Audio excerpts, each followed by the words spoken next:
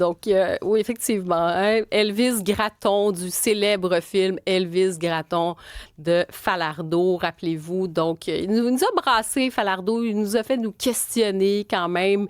Donc, je trouvais que c'était sympathique, ce petit clin d'œil, d'ailleurs aussi à Julien Poulain qui nous a quittés. Et elle est bien présente avec nous aujourd'hui. Bonjour, Cybèle Olivier. Salut, Karima. Oui. Écoute, le sujet t'as déjà parti quelque chose en étant avec Marc Boilard un peu plus tôt, puis en Oui. lançant la question qu'est-ce qu'être Canadien?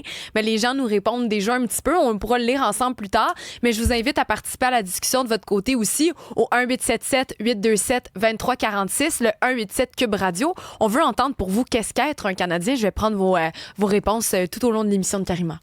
Bien, merci beaucoup, Cybèle Olivier. On va te retrouver tout à l'heure. Et maintenant, on va aller joindre tout de suite. Bien, c'est ça. Lui, il va nous dire c'est quoi être Canadien, qu'est-ce qu'il aime, pourquoi il se bat pour ce fédéralisme. Parce que quand vous décidez de militer au Parti libéral du Québec, bien, c'est que vous êtes attaché manifestement à ce fédéralisme canadien. Et on va en parler. Donc, avec Charles Milliard, qui était anciennement candidat à la chefferie du Parti libéral du Québec, l'ancien président directeur général de la Fédération des chambres de commerce du Québec, et il se présentera pour les élections de 2026, aux élections provinciales. Charles Milliard, est-ce que vous êtes avec nous? Bonjour. Je suis là, bonjour, merci pour l'invitation. Bien, c'est un plaisir. Écoutez, c'est la fête du Canada demain. Est-ce que c'est un pays que vous connaissez bien? Est-ce que vous avez beaucoup voyagé au Canada? Là? Comment vous décrivez cet attachement-là au pays? Oui, j'ai eu l'occasion de me promener dans l'ensemble du territoire canadien dans les 20 dernières années, je dirais. Pour moi, c'est un pays qui joue un rôle extrêmement important sur la scène internationale. Mais c'est un pays qu'on apprend à aimer quand on apprend à le comprendre, puis à savoir ce qu'il est puis ce qu'il n'est pas aussi. Alors moi, c'est toujours ça qui m'a guidé un peu dans mon choix, qui a toujours été d'être fédéraliste. Moi, c'est pas une conversion récente. Mais je pense il y a plusieurs façons de faire fonctionner le Canada, et dans les dernières années, il y a peut-être eu des façons de faire qui ont déplu à certains Québécois, qui pourraient peut-être expliquer une certaine recrudescence du mouvement souverainiste, qui est un mouvement très légitime, puis tu sais, il va toujours avoir des gens qui vont vouloir la séparation du Québec du reste du Canada, puis des gens qui vont vouloir la séparation d'autres provinces. Je pense que c'est quelque chose, il faut accepter le déséquilibre dans une question comme celle-là.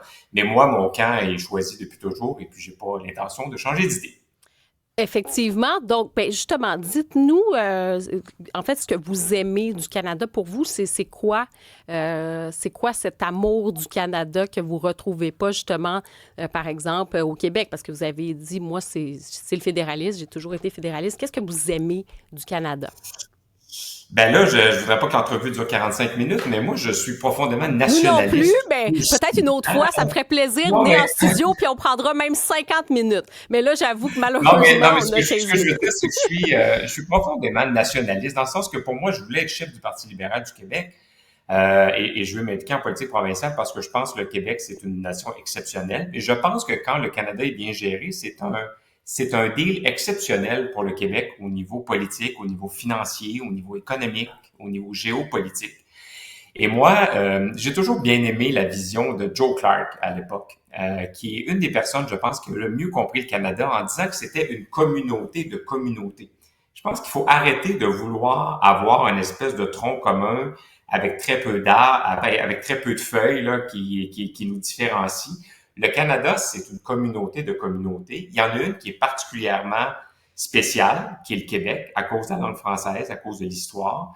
Mais cette espèce de dualité-là, pour moi, elle est saine quand elle est bien gérée. Donc, je cherche pas à ressembler aux gens du Yukon, je cherche pas à ressembler aux gens de Toronto, mais je pense que quand tous ces gens-là travaillent ensemble, on est sur la scène internationale plus fort que la somme. La somme est plus forte que les partis. OK. Puis ça, c'est intéressant parce que, en fait, quand je vous écoute, quand vous parlez de ça, on a plutôt l'impression que vous parlez presque d'une entente commerciale. Mais ça, tous les pays ont des ententes commerciales avec leurs voisins. C'est pas ça qui fait que c'est un pays.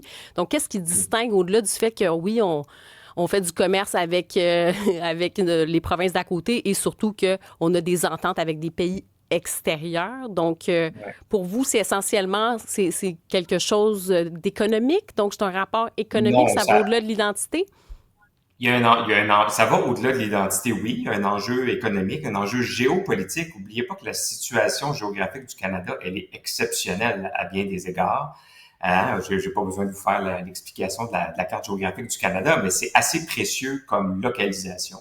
Et moi, je pense que c'est pour des raisons historiques, des raisons identitaires, des raisons économiques, que le Canada s'est formé. Le Canada s'est formé à l'époque parce qu'on voulait donc avoir un pays d'est en ouest avec un chemin de fer pour faire davantage de choses ensemble, un pays d'un océan à l'autre, qui était quand même quelque chose de pas banal à l'époque.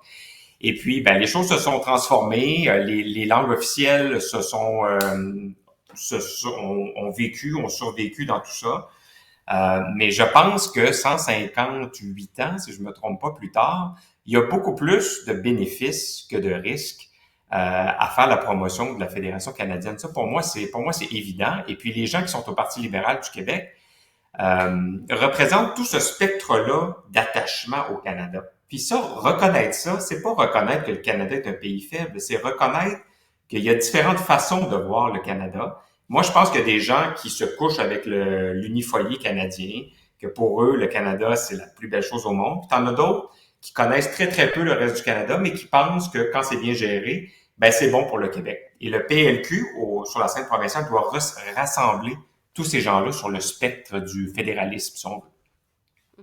Et je veux qu'on parle, parce que là, vous avez évoqué la question des langues officielles, mais quand on regarde, là, par exemple, les chiffres au fil des décennies, puis même, on peut remonter même encore plus loin, parce que le sort des minorités francophones, par exemple, quand il y a eu des déportations des Acadiens qui sont allés vers les États-Unis, ou même des communautés francophones, il y a encore des communautés francophones qui sont très dynamiques au Canada, mais ça a quand même fondu comme neige au soleil. Donc, le sort des minorités francophones, ça reste une préoccupation, je pense, pour tous les francophones du Canada et bien sûr pour le Québec.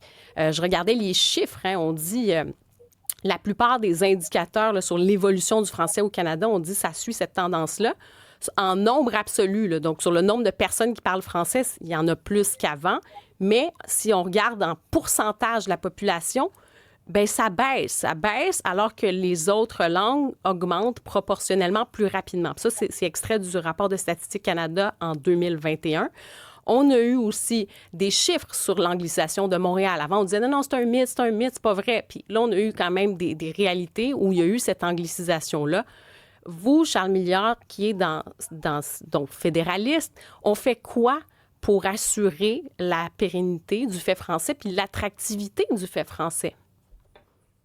On choisit des politiciens qui reconnaissent cette réalité-là que vous avez si bien énoncée. C'est une responsabilité partagée entre les gens qui parlent français au Canada, mais aussi avec le gouvernement fédéral, le gouvernement provincial, parce que je pense qu'à ce titre-là, le gouvernement du Québec a un rôle qui va au-delà de son rôle de une des 10 provinces. C'est un rôle de locomotive pour protéger, stimuler, faire grandir, faire prospérer la langue française dans le reste du Canada. Alors moi, je pense que le premier ministre du Québec a cette responsabilité-là de jouer un rôle un peu hors série à faire la promotion de ça. C'est certain que dans certaines provinces... Est-ce que ça vous inquiète, par exemple, l'anglicisation à Montréal et dans les couronnes? On a vu notamment, par exemple, du côté de Laval, ça a changé beaucoup aussi. C'est-tu quelque chose qui vous inquiète ou vous dites, ben c'est de même, puis c'est tout? Non, je ne me dis pas c'est de même, c'est tout. Puis plusieurs amis anglophones se disent pas c'est bien, puis c'est tout non plus. Alors, c'est ça la nuance. Moi, je suis préoccupé par le maintien, la qualité aussi. Hein, on parle de parler français, mais ça vient de le parler aussi avec toute sa richesse le plus possible, sans nécessairement dire aux gens comment parler. Mais pour moi, c'est évident que c'est un rôle de défenseur, mais c'est un rôle d'offensive aussi pour les politiciens québécois. Faut jamais oublier que la langue française au Canada, oui, elle est en léger déclin. Mais dans le reste du monde, le français est en croissance fulgurante. Que ce soit dans l'Union européenne, que ce soit en Afrique. Oui, mais la réalité, là, on parle quand même, tu sais, à Montréal, on le vit, là, on le vit au quotidien, on le vit depuis 10 ans. Mais je vous dis que c'est un outil de développement aussi. C'est pas juste un outil, ça fait quand même partie de notre identité, le fait de parler français puis de vouloir préserver ça. Donc, d'où cette inquiétude-là. Puis c'est pas juste une inquiétude, c'est qu'est-ce qu'on fait à ce moment-là. Puis je sais pas, mettons, vous pensez quoi du bonjour hi? C'est quelque chose que ça vous dérange pas? Honnêtement, je trouve qu'on en a fait toute une histoire, mais personnellement, je pense que les gens peuvent très bien comprendre ce que ça veut dire bonjour quand on arrive dans une communauté francophone, là. Donc, personnellement, je passerai pas beaucoup de temps, beaucoup de jus de cerveau là-dessus. Pour moi, c'est important qu'il y ait des lois, des mesures, mais aussi des conditions gagnantes pour faire fleurir le français. Pas juste au Québec, mais à l'extérieur du Canada aussi. Alors, tu sais, il y a près d'1 million de Canadiens à l'extérieur du Québec qui parlent français. Et ça, quand on regarde les communautés franco-albertaines, franco-sasquoises, il faut travailler à préserver ça. Puis le Québec a un rôle à jouer là-dedans. Mais je fais pas partie des jovialistes qui pensent que ça va arriver tout seul, là, je vous rassure. Il y a beaucoup de travail à faire là-dessus. Et une des raisons d'y arriver, c'est d'avoir des chefs politiques qui comprennent ça, que ce soit au Parti québécois, à la CAQ, mais aussi au Parti libéral du Québec, où on a déjà eu un premier ministre qui s'appelait Robert Bourassa, qui a fait justement beaucoup pour la langue française, puis qui a joué un rôle très nationaliste quand venait le temps de parler de la langue française au Québec. Donc, vous, ça, c'est plus, disons, l'approche que vous préconisez à ce moment-là. Complètement. Moi, je souhaite qu'au PLQ, on rebâtisse une alliance de régionalistes, de nationalistes, de fédéralistes, des députés, des ministres libéraux dont on ne doute pas de l'attachement profond au Québec à la langue française, mais qui pensent que le Canada aussi mérite ses chances de succès. Là, on a vu justement avec, on ne sait pas, est-ce qu'il y a l'effet Pablo Rodriguez? On voyait le coup de sonde récemment, donc le Parti québécois qui est en première position, mais tout de suite après, ça s'est glissé, donc le Parti libéral avec Pablo Rodriguez dans les intentions de vote, la CAQ qui dégringole. Puis quand même, on voit, il y a cette idée peut-être qu'il pourrait y avoir quand même un référendum. Paul Saint-Pierre Plamondon le dit, lui, il voudrait faire un référendum. Est-ce que les libéraux ont peur d'un référendum? Parce qu'on a souvent l'impression que les libéraux, là, le mot référendum, ça les fait un peu flipper. Vous, ça évoque quoi pour vous, le mot référendum? Ben, je peux répondre pour moi, je peux pas répondre pour l'ensemble des membres du Parti libéral. Moi, c'est votre réponse qui m'intéresse. Ben oui, parfait. Alors, moi, ça me fait pas peur. Moi, ça me stimule. Parce que s'il y a quelque chose que je voudrais faire, si jamais d'aventure il y avait un autre référendum, c'est davantage de faire la promotion de mon option, qui est celle d'un Québec fort dans le Canada uni, plutôt que de faire peur aux gens. Et ça, je l'ai dit à plusieurs reprises. Il y a même plusieurs libéraux qui sont venus me dire, mon Dieu, c'est une façon différente de voir cette réalité-là. Alors, moi, j'ai pas l'intention de sortir des cassettes VHS de 1995. Là, sur, le bon vieux duel, puis les ça. dangers. Pour vous, c'est quoi, un Québec souverain? C'est viable? C'est juste que c'est pas votre option? Est-ce que c'est viable pour vous, un Québec souverain? Ben, comme dans tout dossier, il faudra faire des études, mais pour moi, non, mais pour alors, moi, c'est pas une question. Moi, je veux pas que les gens choisissent le Canada par dépit. Je voudrais qu'ils choisissent par enthousiasme. Mm-hmm. Alors, je pense que les fédéralistes, on a un gros travail à faire à raffiner notre pitch de vente sur qu'est-ce que ça veut dire être québécois et être canadien à la fois. Alors, moi, je veux pas le faire par la négative, je veux le faire par la positive, mais ça serait encore plus simple, évidemment, Mme Brix, s'il n'y avait pas de référendum et qu'on pouvait passer notre temps à parler de santé, d'éducation, d'immigration, de transport, qui sont les vrais enjeux en ce moment des Québécois que j'ai croisés. Mais pour vous, est-ce que c'est viable? Parce que si, exemple, si les Québécois votaient pour le oui, là, vous seriez quand même du Parti libéral du Québec, mais à ce moment-là, pour vous, est-ce que c'est viable malgré tout? Moi, je suis né Québécois, je vais mourir Québécois. Là, je vais suivre les Québécois dans les décisions qu'ils prendront tout au long de ma vie. Mais je vais aussi consacrer ma vie à m'assurer que mon option soit celle qui intéresse le plus les Québécois. Donc, pour moi, il n'y a pas de menace de si ça passe, je m'en vais, ou si ça passe, je suis choqué. Non, on n'est pas là-dedans, on est des démocrates. Regardez, moi, je voulais être chef, j'ai perdu de peu, mais j'ai perdu. Alors, je me rallie, puis on travaille. Alors, vous allez faire partie peut-être du Loving 2.0, mais pour plus encourager les gens pour dire, regardez, moi, mon option, c'est le fédéralisme, puis on a quelque chose à vous offrir, en fait. C'est ça, là. Vous êtes bien enthousiaste qu'il va y avoir un troisième référendum. Moi, non, mais je suis très enthousiaste de vous poser la question parce que je trouve ça le fun de parler avec quelqu'un qui, justement, qui a cet enthousiasme du fédéralisme. Donc, je me dis, ben tant mieux, il peut le... Tu sais, on fait l'entrevue aujourd'hui, tant mieux, qu'est-ce que ça veut dire? Puis oui, moi, je trouve trouve ça enthousiasmant, c'est-à-dire que je trouve ça toujours enthousiasmant quand on donne la parole au peuple, que ce soit un référendum, des élections. Là, c'était pour vous, par exemple, les militants du PLQ, on peut choisir un chef du Parti libéral. Go! Moi, je trouve, tu sais, j'applaudis ça. Chaque fois qu'on peut entendre la parole des fédéralistes, des souverainistes, go! Tu sais, c'est que, en fait, c'est la démocratie, c'est la démocratie citoyenne. Ça, je trouve que c'est important. Puis c'est pour ça que, oui, je suis enthousiaste. Et peut-être une dernière chose aussi, il y aurait tellement de choses à dire, il faudra vous réinviter, Charles Milliard. Ça, c'est un sujet chaud, là, la loi 21. On fait quoi avec ça, là, comme, tu sais, le Parti libéral n'est pas vraiment, en fait, n'est pas en faveur nécessairement de cette loi-là. Est-ce que vous appuyez la contestation jusqu'en Cour suprême? Ben moi, je pense que là, la Cour suprême va entendre la cause. On est dans un état de droit. Il faut qu'on entende la cause. Il faut qu'on écoute les résultats comme politiciens. Je pense qu'en bout de ligne, le peuple doit avoir raison. Le peuple doit avoir le dernier mot. Donc, il y aura des décisions politiques à prendre. Moi, personnellement, je faisais partie de ceux qui pensent que le consensus de la commission Bouchard-Taylor, c'était davantage raisonnable en termes de cohésion sociale. Et ce qui est important pour moi, c'est la délivrance des services de façon laïque. Maintenant, est-ce que le port d'un signe X, Y, que ce soit un voile ou que ce soit une croix catholique aussi, est-ce que ça empêche vraiment la prestation de services laïques? Je sais bien que c'est un débat qu'on a depuis 15 ans, sinon depuis 60 ans. Est-ce que c'est discriminatoire? Moi, je pense que oui. Je pense que c'est discriminatoire à certains égards, mais c'est pour ça que les clauses non-obstant existent. C'est justement des fois pour dire le peuple souhaite X, même s'il y a Y. Le problème qu'on a en ce moment avec la CAQ en général, ça vaut pour 96, ça vaut pour 21, c'est l'utilisation préventive. Alors moi, je trouve que là, on vient changer les règles du jeu, du système légal. C'est un outil qui existe, là. C'est la Constitution. La Constitution n'a pas été signée, ça existe. Donc les provinces, en théorie, peuvent l'utiliser, là.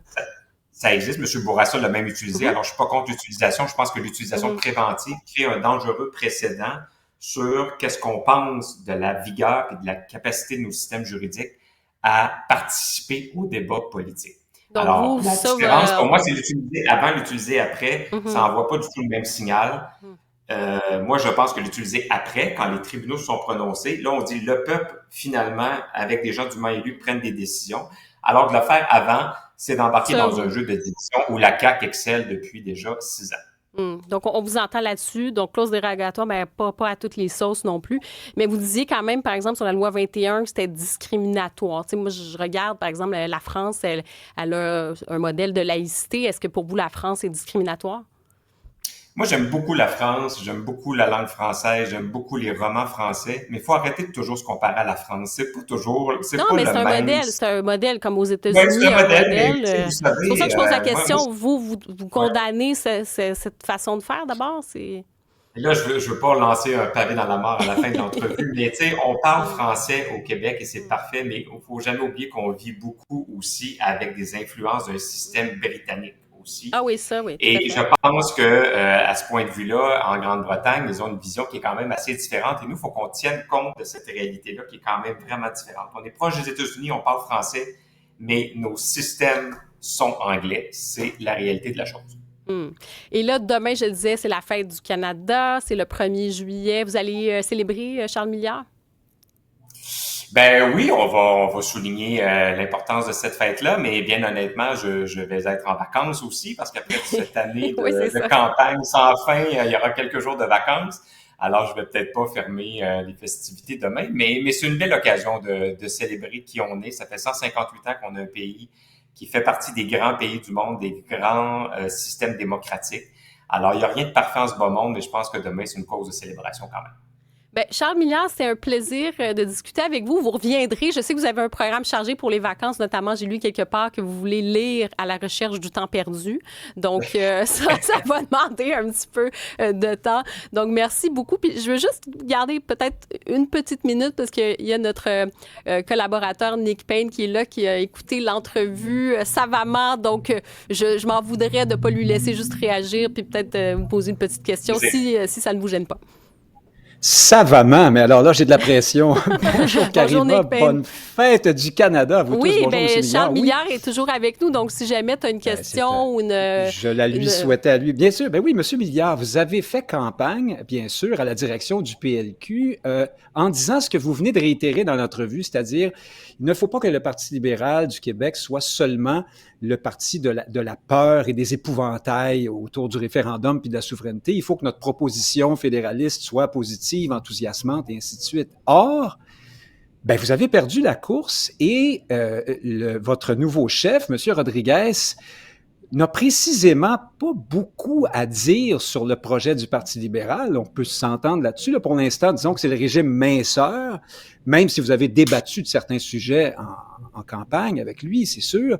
Et puis, en même temps, le premier discours qu'il a tenu lors de sa victoire, c'était précisément pour nous faire peur avec le référendum. Est-ce que vous trouvez votre place dans cette tonalité-là au PLQ? Je rappelle en terminant que M. Rodriguez, tout de même, arrive de chez Justin Trudeau, qui est quand même pas non plus une marque, comment dire, vous voyez ce que je veux dire. Bref, je vous laisse la parole. Oui, ben premièrement, moi j'ai été le premier à souhaiter la plus cordiale des chances à mon nouveau chef. Alors j'ai mangé avec lui récemment, donc on va travailler ensemble. Pour moi, c'est évident. Si vous avez des questions à lui poser sur sa stratégie référendaire potentielle, vous l'inviterez, parce qu'on va avoir l'occasion, évidemment, de travailler ensemble dans les prochains mois. Mais c'est évident pour moi que la capacité d'un chef, ça va être de rassembler et de reconnaître c'est quoi un parti politique. Et au Parti libéral, et au Parti québécois aussi, je vais le dire, ce sont des partis qui sont capables de débattre des idées, qui sont des organismes vivants. Il y a différentes factions qui peuvent s'opposer, qui vont parler, qui vont s'entendre. C'est ça la richesse des vieux partis, des partis qui ont des racines et qui ont des gens qui viennent de plusieurs horizons. Alors moi, j'ai pas changé d'idée. D'ailleurs, je viens de vous réitérer ma position.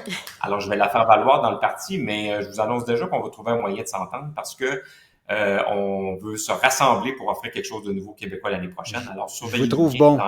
Vous devriez vous lancer en politique. Vous êtes un bon politicien. C'est déjà fait. Mais Charles Milliard, merci beaucoup encore une fois d'avoir été avec nous, puis vous reviendrez nous voir quand vous voulez. Merci. Bon été à vous deux. Au revoir. Merci, au revoir. Merci. Oui, de retour à toi, Nick. Ben oui, je trouvais que c'est une entrevue qui était fort passionnante, en fait, avec Charles Milliard, qui était vraiment assumé dans son fédéralisme. Et je voyais, ben, justement, que ça t'a fait réagir à quelques reprises. Et puis, c'est vraiment, en fait, c'est sur quel point, là, vraiment, que t'as accroché ou que vraiment tu t'es dit, d'abord, on a eu c'était le milliard 101. Hein, c'est vraiment le Charles Milliard qu'on a connu dans la course à la direction libérale. J'ai entendu un petit peu, j'ai retenu deux choses. Lorsque tu lui poses la question de ce que c'est le Canada, qu'est-ce que c'est pour vous? Et là, j'écoutais M. Milliard se dépatouiller là-dedans, puis je me disais, mais est-ce qu'il y a quelqu'un d'autre ailleurs dans le monde qui décrit son pays et la passion pour son pays de cette façon-là? Je pense pas que ça existe. Alors, on est nous-mêmes, mais en même temps, puis là, je voyais Elvis Gratton dans l'avion avec puis je veux pas manquer de respect à M. Milliard, évidemment, c'était beaucoup plus élégant et tout de même intéressant que ce que raconte Elvis Gratton. Mais il y avait quand même quelque chose là de l'ordre d'une complexité telle. Tu sais, normalement, ton pays, écoute, c'est chez moi. C'est un rapport au monde, un rapport à un territoire, une histoire, une culture, alors que là, c'était plutôt, c'est un bon deal, et puis dans la géopolitique, et voyez-vous, parce que on va quand même réussir le Québec. En fait, la référence c'était pas à Joe clair. Clark aussi, sur Joe la Clark. somme des communautés aussi. Exactement. Et donc, le Québec comme une communauté parmi d'autres, ça, je t'avoue que j'ai plus ou moins apprécié ce passage-là de la démonstration. Mais je trouvais ça compliqué comme description. Je vais te laisser respirer deux, trois petites respirations. Sois zen, puis on se retrouve dans un instant.